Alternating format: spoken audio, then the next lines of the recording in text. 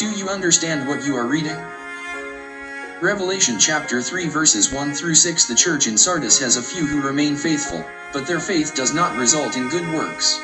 Most of the impressive Roman era remains now visible at Sardis were constructed by the Emperor Tiberius after the tragic earthquake of AD 17. The Emperor Tiberius helped sponsor reconstruction efforts, earning greater local renown for himself. In John's day the structures included a theater, a stadium, a central marble road, and many temples. Revelation chapter 3 verse 1. The seven spirits of God. Revelation chapter 3 verses 2 and 3. The church in Sardis is near death, but not beyond Christ's ability to wake them up. Twice in its history Sardis had been conquered when its watchmen failed to see the enemy climbing its cliffs and walls, so the people knew the importance of alertness. Like a thief, humans cannot predict the timing of Christ's return. Revelation chapter 3 verses 4 and 5. There is hope for a few names, alert and faithful believers. Christ promises them the conqueror's reward.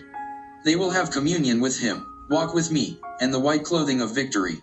Their name is secure in his book of life. Revelation chapter 3 verses 7 through 13. Philadelphia is praised for enduring in faith. In recognition for the aid after an earthquake in AD 17, the city was briefly renamed Neo-Caesarea, Caesar's new city. Jesus promises his suffering church an infinitely greater name, the city of my God, the New Jerusalem. Philadelphia lies near a fertile valley known for growing wine grapes. Revelation chapter 3 verse 7. Jesus holds the key of David. He has absolute authority to admit to or exclude from God's kingdom. Revelation chapter 3 verse 8. An open door. Paul used the phrase open doors to describe opportunities for ministry. That sense is possible here. More likely, Jesus is offering them an open door into God's heavenly sanctuary. Little power.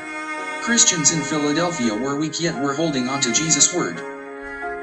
Revelation chapter 3 verse 9. Members of the synagogue of Satan say that they are Jews but they serve God's enemy, for they persecute Christians. Revelation chapter 3 verse 10. Hour of trial. This trial is coming on the whole world. It will happen before the day of judgment. Revelation envisions a brief future period of intense persecution for the church. This time will include ever more intense manifestations of God's wrath against rebellious humanity. Some believe this verse means Christ will take believers out of the world before a literal, Great Tribulation, period begins, the pre-tribulation rapture view. Other interpreters, however, see this as God's promise to protect and remain faithful to believers who endure patiently during this difficult time. Revelation chapter 3 verses 14 through 22. Laodicea is criticized for its spiritual immaturity. The city was a commercial center.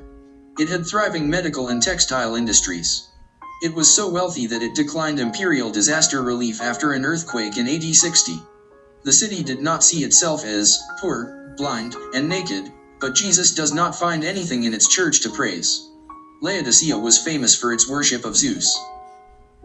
Revelation chapter 3 verses 14. Jesus contradicts the church's boast. I am rich, I have prospered, and I need nothing.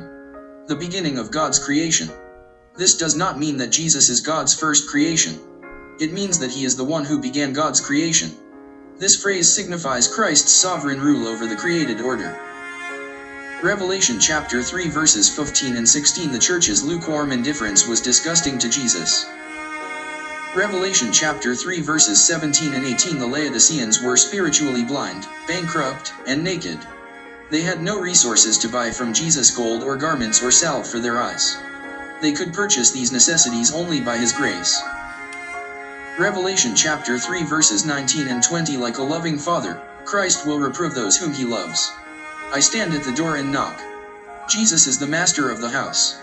He expects alert servants to respond immediately to his signal and welcome his entrance. Eat with him. A picture of close personal fellowship. Revelation chapter 3 verse 21. I will grant him to sit with me on my throne implies that Christ will give some of his ruling authority to his people.